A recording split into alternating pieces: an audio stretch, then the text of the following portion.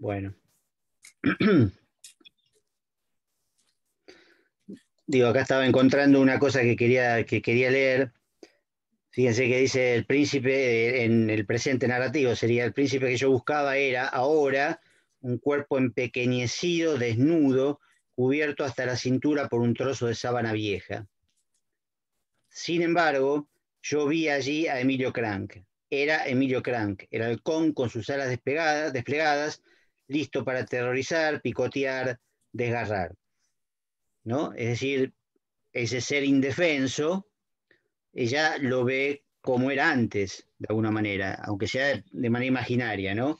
Y esto vale también mucho para el tema de los famosos, esta cosa que se decía, bueno, de los represores que están viejitos, que tienen que ir a la casa, ¿no?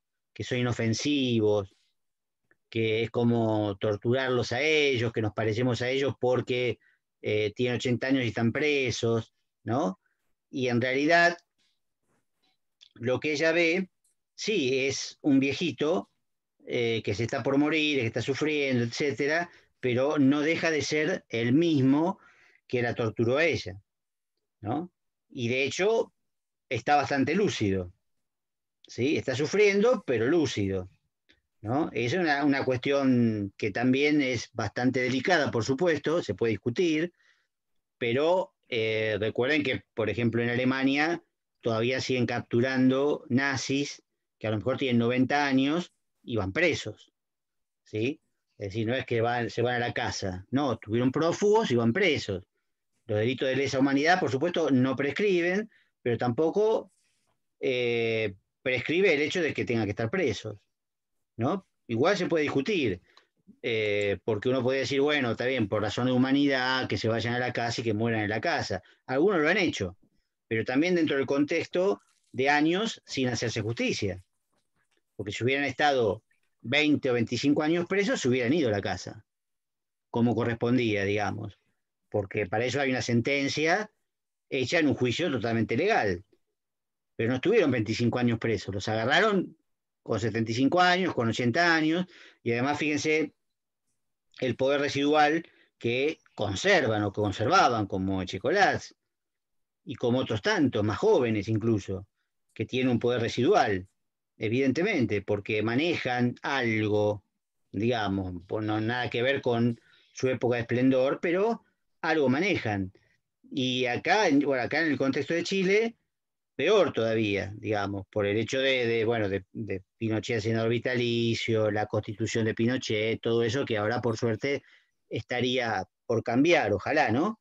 Pero bueno, me interesaba ver eso porque cuando ella se lo encuentra, digamos, cómo lo ve al mismo tiempo como el viejito que se está muriendo y como aquel que estaba en la cúspide de su poder y disponía de ella a voluntad.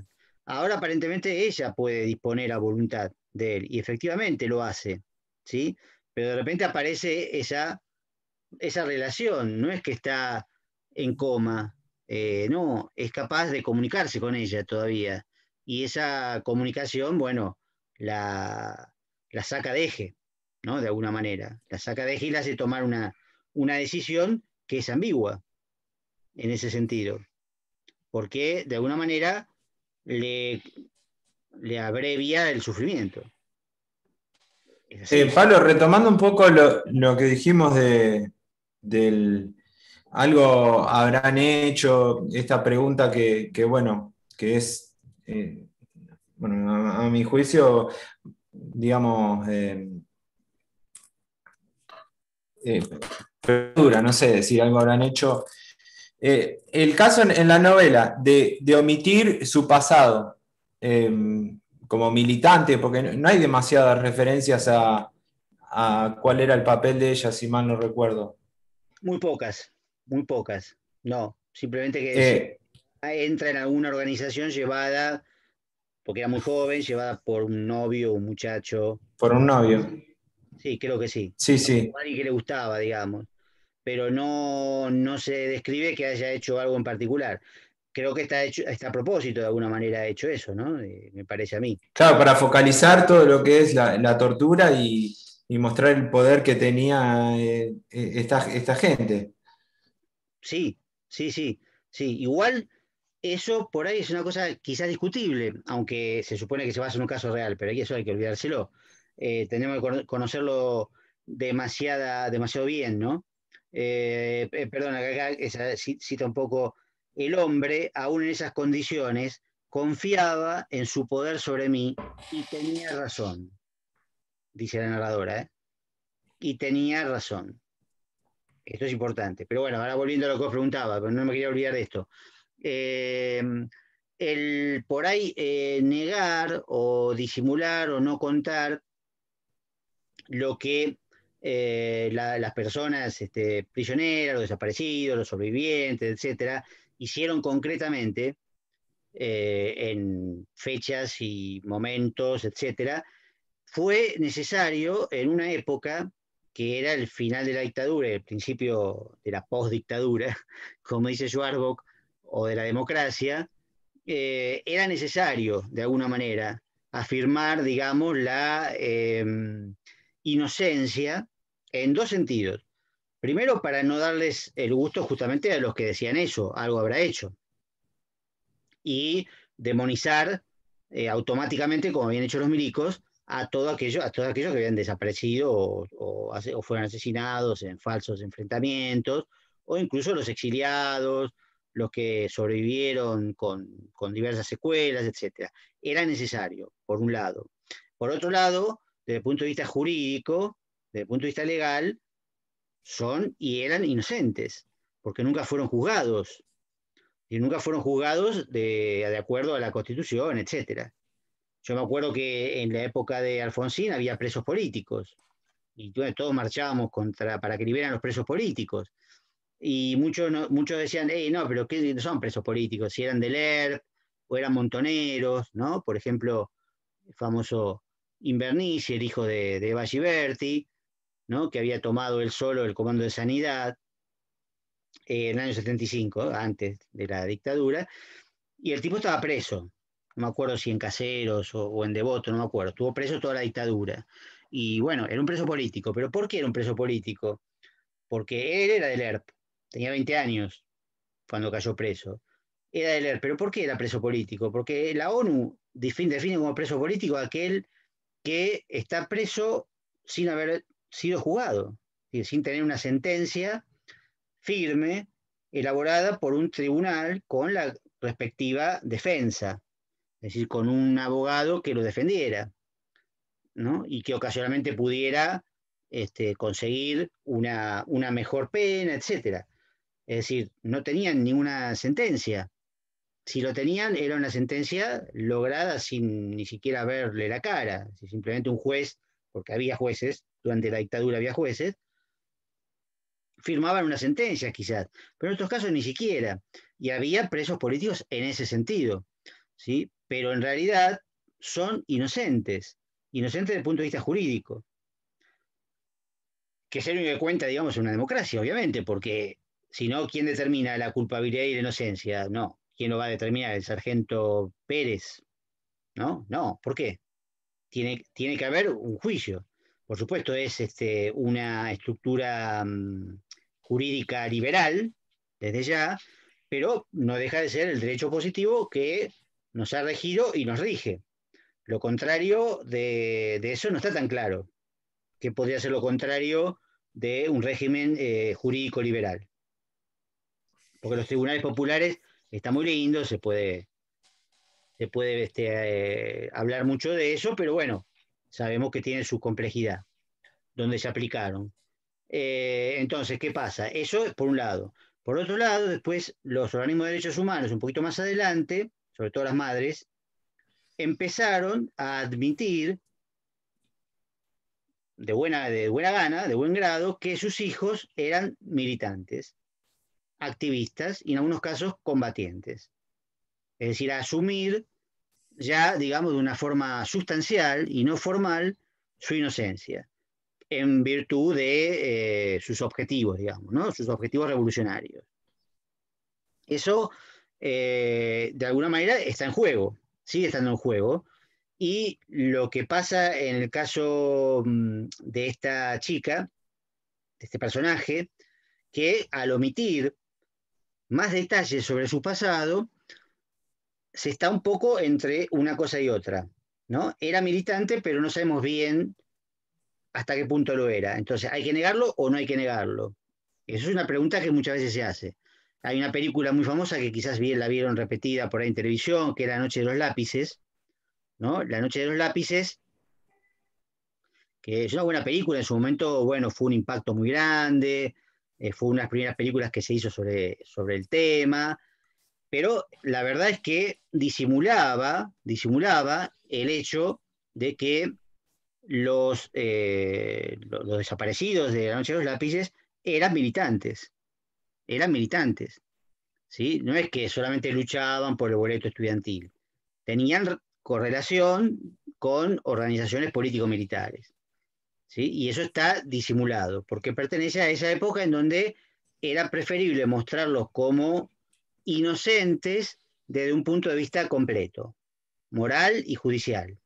¿Sí? Incluso hay un momento, no sé si la habrán visto, que cuando están en el campo de concentración se encuentran con un militante, con un guerrillero de verdad, que es Manuel Calau, creo, ¿no? Que está hecho bolsa, porque con las torturas lo habían reventado y qué sé yo, y se establece como una contraposición, digamos, ¿no? Entre el guerrillero, ¿no? Destruido, y ellos que son inocentes, ¿no? Y que están ahí sin ninguna relación con lo que hicieron antes.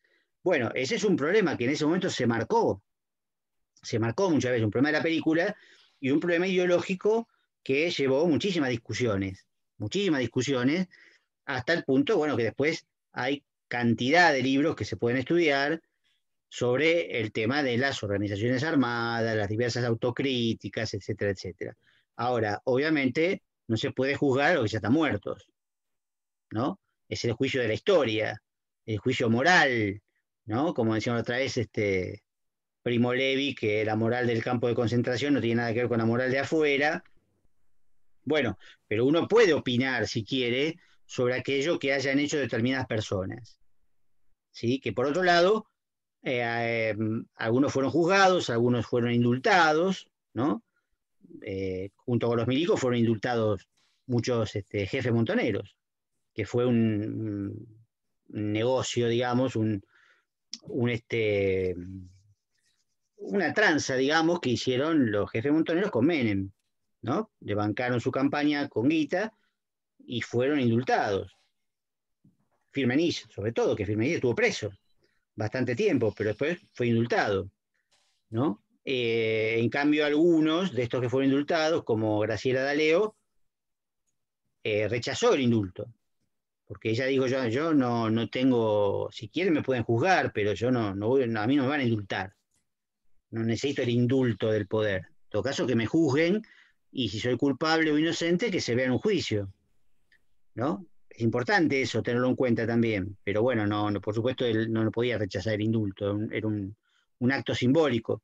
Bueno, Graciela Laleo fue justamente una de las personas que fue de las primeras mujeres que denunció sistemáticamente las violaciones a que era sometida, sobre todo por el Tigre Acosta, ¿no? Que especialmente se dedicaba a ella, ¿no? Y la violaba periódicamente. Bueno, ella fue una de las primeras que habló de ese tema, ¿no? Después, bueno, hubo otras mujeres que hablaron también, pero el tema ese de la inocencia o de la culpabilidad sigue pendiente, porque bueno, la mayoría está muerto, entonces ¿a quién vas a juzgar? No hay nadie a quien juzgar. ¿Quién vas a juzgar a los muertos? No, ya está, ya les aplicaron la pena de muerte sin ningún juicio previo. Los que sobrevivieron, porque hay algunos sobrevivientes, ¿sí? Que tienen la edad justamente más o menos la misma de los médicos, 70, 80 años, aunque fueran juzgados, no irían presos. Pero además, sus delitos prescribieron porque no fueron de lesa humanidad. Muchos muchos fachos, digamos, están buscando la vuelta, pero hace rato de esto, y no lo van a lograr nunca, de declarar los hechos cometidos por las organizaciones militares, político-militares, como también delitos de lesa humanidad, incluso hasta terrorismo de Estado, porque dicen que como los bancaba Cuba, o la Unión Soviética, entonces también es terrorismo de Estado, pero de otro Estado, no de este, sino que sería terrorismo de Cuba. Entonces, quieren juzgarlo de esa manera, ¿no? Para poder juzgar a los que han quedado, digamos, a los que son militantes, que son conocidos, digamos, ¿no? En muchos casos son conocidos, y que han escrito libros, han dicho muchas veces en qué militaban, otros lo ocultan, ¿no? Otros lo ocultan, Juntos por el Cambio, ¿cómo se llama? No sé cómo se llama ahora, sí, creo que todavía se llama Juntos por el Cambio, no sé cómo se va a llamar mañana, pero está lleno de militantes políticos militares, empezando por Patricia Bullrich, digamos, que fue montonera, obviamente. Pero hay muchos más, ¿no? Pero ellos lo ocultan, ellos lo ocultan. Hay otros que lo han contado, que han hecho autocrítica, otros que no han hecho autocrítica. Bueno, hay de todo, digamos, hay de todo. Pero eso es lo que se juega, digamos, un poco en este tipo de narrativa.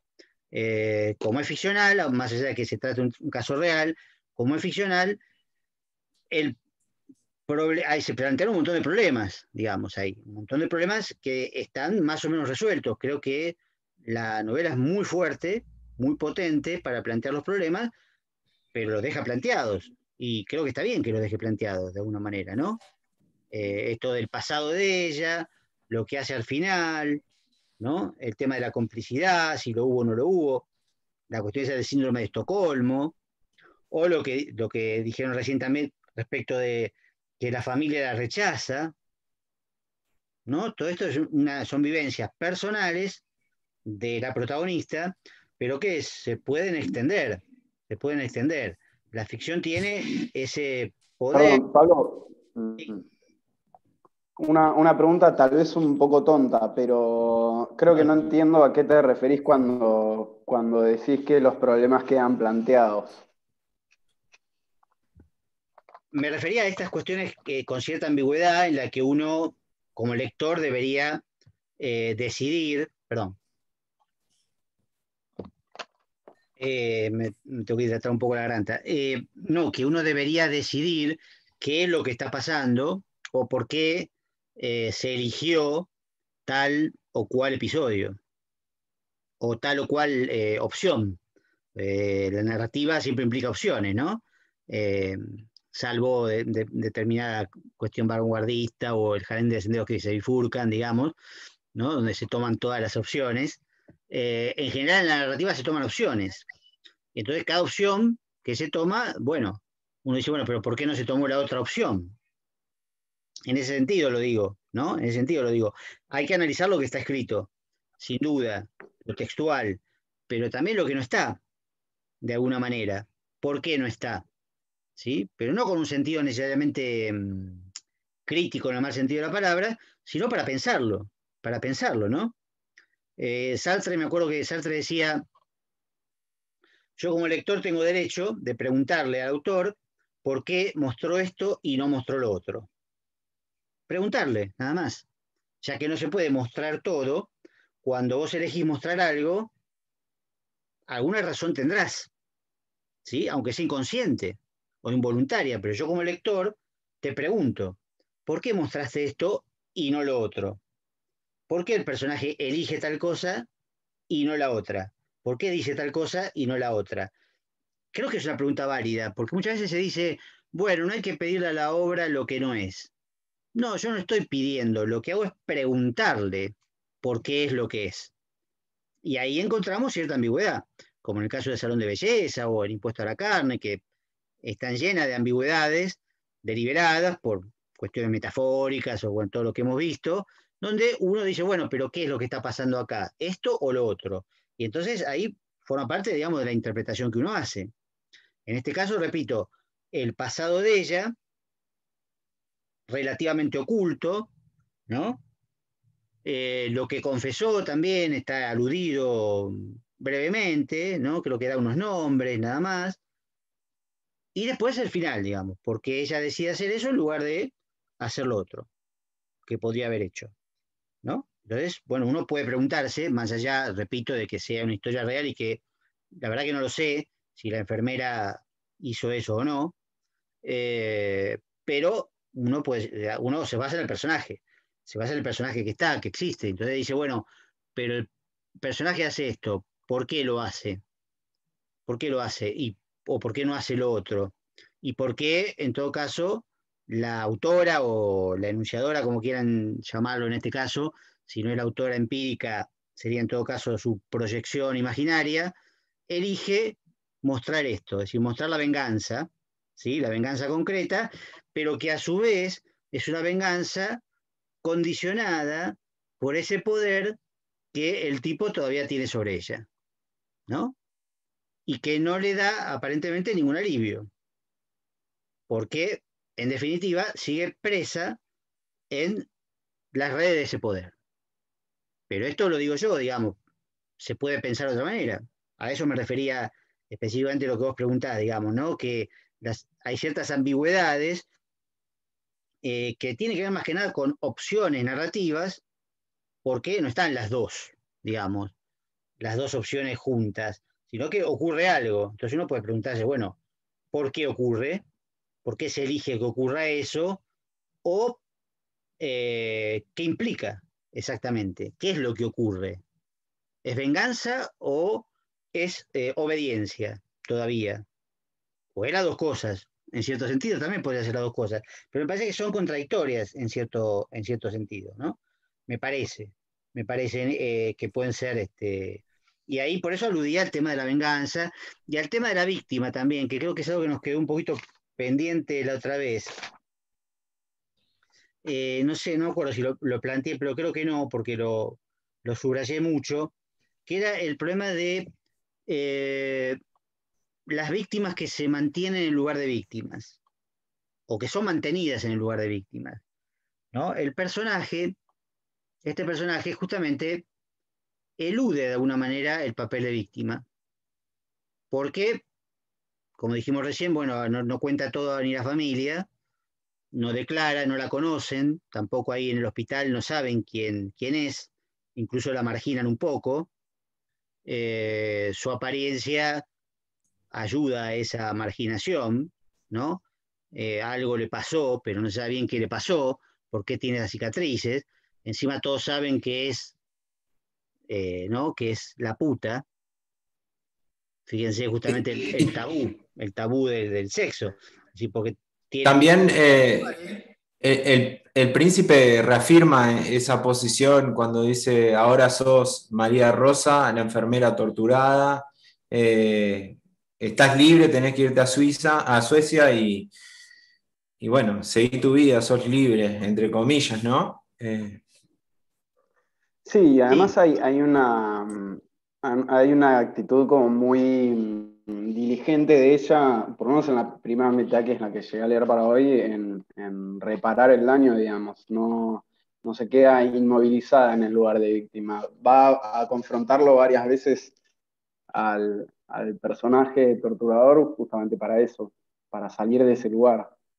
Ah, bueno, está bien. Eso es otra interpretación, perfecto, de ese momento. Yo me refiero al interregno, digamos, ¿no? Al hecho, como dice José Ignacio, desde que se va hasta que vuelve al hospital, que pasan muchos años, y ahí ella quiere eludir el lugar de víctima, en ese sentido. Ahora, después sí, cuando lo confronta está muy bien, en ese sentido sí, ella reconoce ante la aparición de vuelta de su victimario, eso está muy bien.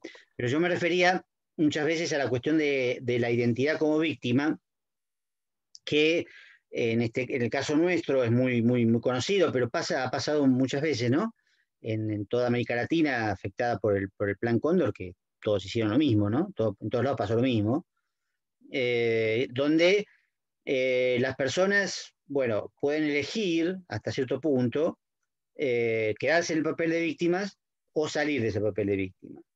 Y se ve mucho en el tema de los hijos, ¿no? Los hijos desaparecidos, ¿no? Que tiene, bueno, en nuestro caso, toda una tradición, aparte de que hay una organización que se llama Hijos, que se dedicó justamente a buscar justicia, digamos, eh, por lo que pasó a sus padres, y ayudar a las abuelas de Plaza de Mayo a buscar a otros hijos apropiados, y que son los que hacían los scratches cuando no había justicia.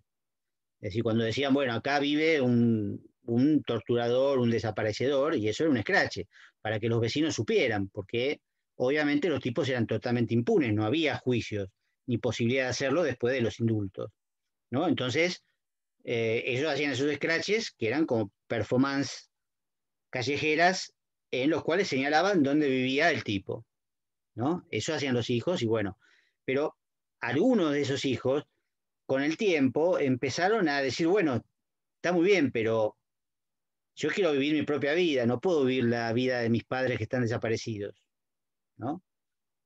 Vivo con mis abuelos, quizás algunos se negaron incluso a vivir con los abuelos, ¿no?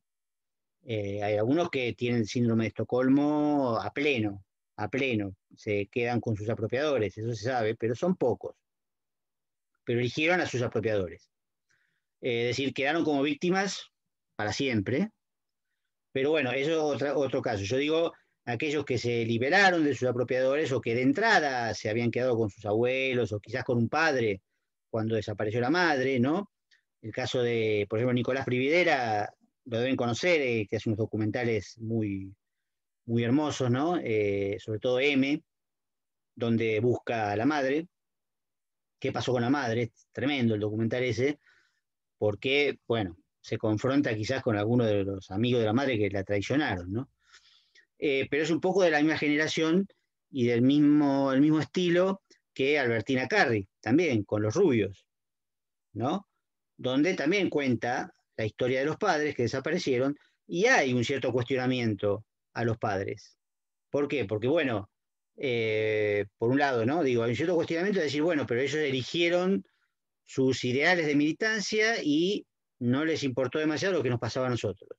Nos dejaron solos, ¿sí? Nos dejaron solos sabiendo que iban a morir, que lo más probable es que murieran, ¿no? Y que nosotros quedaríamos solos, quizás apropiados o quizás con otros familiares o amigos o lo que fuera. Entonces hay cierto reproche ahí, totalmente válido, totalmente válido. Hago Porque una consulta, Pablo, sí, con esto último que decís, que sí, ¿no? En Carrie como que aparece esta idea de también construir una nueva voz que no sea simplemente la de la hija de, como una nueva narrativa, pero pensaba en esta misma línea en Brusone, que no sé, no pude ver la clase pasada y no sé si lo mencionaron, como también esto de el tópico del síndrome de Estocolmo. uh-huh. Y en la novela Los Topos, no sé si alguien la leyó, yo no la tengo muy fresca, pero Félix Brusone, que también es hijo de, creo que su madre está desaparecida, Sí, trata eso y es de un año antes que esta novela, no sé, creo, ¿no? Es como del sí, más o 2008. menos, sí, no me acuerdo exactamente del año, pero sí, seguro, los topos y algunos cuentos también hay sobre el tema, ¿no? En 76, sí. Sí, Sí, pero en Los Topos como está esta idea misma de vínculo con un ex represor. No sí, sé si lo habían, como si tenía sentido pensarlo ahí como, sí, seguro, pero claro, creo que hay un cuento también en donde él cuenta su militancia en hijos y cómo finalmente mm, se va porque se cansa de la militancia y de alguna manera en realidad es que está agotado de ese papel, digamos, de ese papel de ser hijo, cuando en realidad quiere hacer su propia vida, digamos, ser padre o algo así. Entonces, a eso me refería, digamos, ¿no? El congelamiento en papel de víctima, que si uno la elige estaría perfecto, pero a veces sos elegido desde afuera, por el Estado, por ejemplo. ¿Sí? O por esta organización, digamos, la presión que pudieran ejercer en algún momento, que era mínima, porque por supuesto te podías ir, no era mafia. O sea, te podías ir si no querías militar, no militabas. Era voluntario, es voluntario completamente. Pero hay algunos conflictos, puede haber unos conflictos internos. Ahora, cuando es el Estado el que te cataloga, ¿no? Como ex desaparecido o como ex preso político, o como hijo de desaparecido, etcétera, esa catalogación del Estado, bueno, ya lo venimos estudiando hace mucho, es complicada. complicada, porque el Estado obviamente tiene esa parte buena, digamos, el Estado benefactor, que existe, por supuesto, en donde te reconoce derechos, te da una indemnización, etcétera, pero al mismo tiempo te congela en esa situación de hijo, que te hace cumplir ese rol de diversas maneras, ¿no? Lo mismo que los que decía antes, los testigos, ¿no? Muchos testigos, Algo interesante que, sí, algo interesante, yo la verdad es que no sé mucho sobre el caso, pero seguramente alguien va a poder comentar más y mejor, pero pasa algo interesante en cuanto a ese desplazamiento identitario, ¿no? Del otro lado del mostrador, con los hijos de represores, que deciden confrontar esa realidad, digamos, y correrse de ahí. sí, sí, ha habido muchos casos, sí, es verdad, sin necesidad de ser apropiados, o sea, hijos biológicos, digamos, ¿no? Porque por supuesto, en el caso de los apropiados, Mm, el confrontamiento puede ser arduo, ¿no? Puede ser tremendo. En otros casos no, en otros casos no, porque quizás la familia, bueno, qué sé yo, a mí me han dicho varias veces el mito de la apropiadora buena, qué sé yo, alguna vez, alguna discusión que tuve, eh, porque hay una novela de Elsa Osorio también sobre el tema, en donde se ven tres tipos de apropiación, tres tipos de apropiadoras, digamos, de una chica, y una de ellas, de las apropiadoras, es de buena fe, lo hace de buena fe.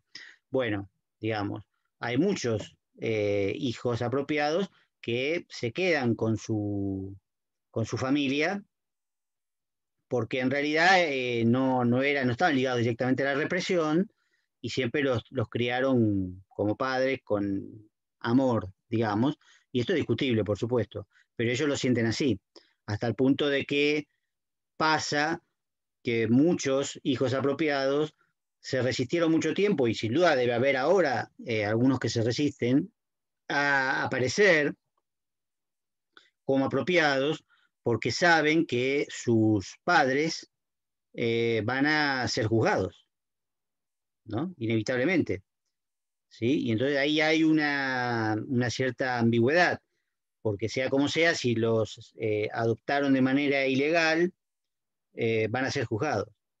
Si lo adoptaron de manera legal, bueno, quizás podrían zafar, pero lo que pasa es que en este caso, en muchos casos, y que es lo que ha pasado un poco también con el nieto de Estela de Carlotto, ¿no? Que apareció muchas veces y después no apareció más porque, bueno, no quiso ser de alguna manera exhibido, ¿no? Se sintió exhibido, digamos, ¿no? Se sintió exhibido como el nieto de Estela de Carlotto, bueno. Y él tenía sus padres, su familia adoptiva, adoptante, a quienes quería y que enfrentan un problema legal. Bueno, hay muchos casos como eso, y debe haber muchos casos en que no aparecen por esa razón. Ahora, hay otros casos en que obviamente crecieron con represores y que hasta fueron torturados, obviamente. Está en el caso de la protagonista de la novela, prácticamente, porque el represor es represor siempre, o sea, se puede dar el caso del señor Galíndez, ¿no? En la novela, la obra de teatro de Pavlovsky, ¿no? Que es un torturador profesional, bueno, generalmente se pone en escena en el escenario partido por la mitad, de un lado está la sala de tortura, del otro lado está la casa de él, ¿no? Y el tipo vive con su mujer y sus hijos, ¿no? Y después va al lado, tortura, y vuelve, hace una vida normal, ¿no? El señor Galíndez, hay una película también, con Alterio, obviamente. Y bueno, existe eso, obviamente, sí, el burócrata, el tipo que tortura por trabajo, digamos, como parte de un sueldo, etcétera, pero en realidad para torturar tenés que tener una estructura mental un poco complicada, digamos, ¿no? Pues no cualquiera tortura, diría yo, ¿no? No cualquiera, aunque uno puede hacerlo quizás llevado por el odio, ¿no? Llevado por el odio o por algún sentimiento de venganza, por ejemplo. No digo que no, pero hacerlo sistemáticamente, con frialdad y digamos, incluso disfrutándolo como el protagonista de la novela. Bueno, para eso hay que obviamente estar muy enfermo, ¿no? Me parece a mí. Pablo, creo que es la segunda vez que pregunto por el título. El título, Carne de Perra. Quería preguntarles a todos cómo lo habían interpretado o a qué puerto habían llegado con respecto al título. Porque perra, no sé, es ella, en este caso. Sí, es muy buena pregunta. O sea, yo me lo pregunté varias veces y finalmente no lo terminé buscando. Porque sí encontré cuando compré la novela, que la compré en Amazon, me salió bastante cara, pero la compré en Amazon digital y encontré que hay un montón de novelas que se llaman así, Carne de Perra. Y parece ser una expresión hecha, como una especie de locución, no muy usual, pero que existe en castellano. Ahora, ¿qué significa exactamente? Se me escapa. ¿Sí? Metafóricamente sí es obvio, está bien. Metafóricamente está usado en el sentido que ella está rebajada a esa animalización, digamos, ¿no? En donde, bueno, obviamente es convertida en una especie de animal al que se le puede hacer cualquier cosa. En ese sentido sí se interpreta, pero a mí me parece que tiene un significado más literal, sacado de algún tipo de expresión, ¿no? Y por eso la encontré como que hay varios libros que se llaman así, Carne de Perra. Entonces de ahí pensé, digo, bueno, pero entonces hay una expresión que debe ser muy usual en algunos países, no acá, pero probablemente en Chile o en algún otro país andino, capaz que se usa y sería bueno averiguarlo un poco mejor, ¿no?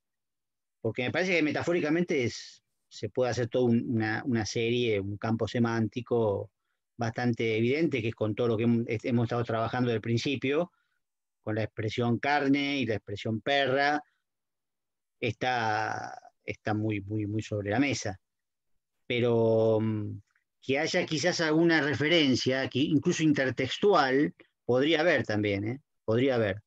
Pero yo no lo encontré. No encontré. Lo poco que busqué, pues, busqué poco, no lo pude encontrar. No pude encontrar, porque cuando buscaba el libro, buscaba carne de perra, entre comillas, y buscaba y salía el libro de Fátima Sime y después hay un libro de un escritor, que ahora no me acuerdo el nombre, que también se puede conseguir, que creo que incluso está en Mercado Libre. En Mercado Libre no se podía conseguir esta versión, por eso la compré en Amazon.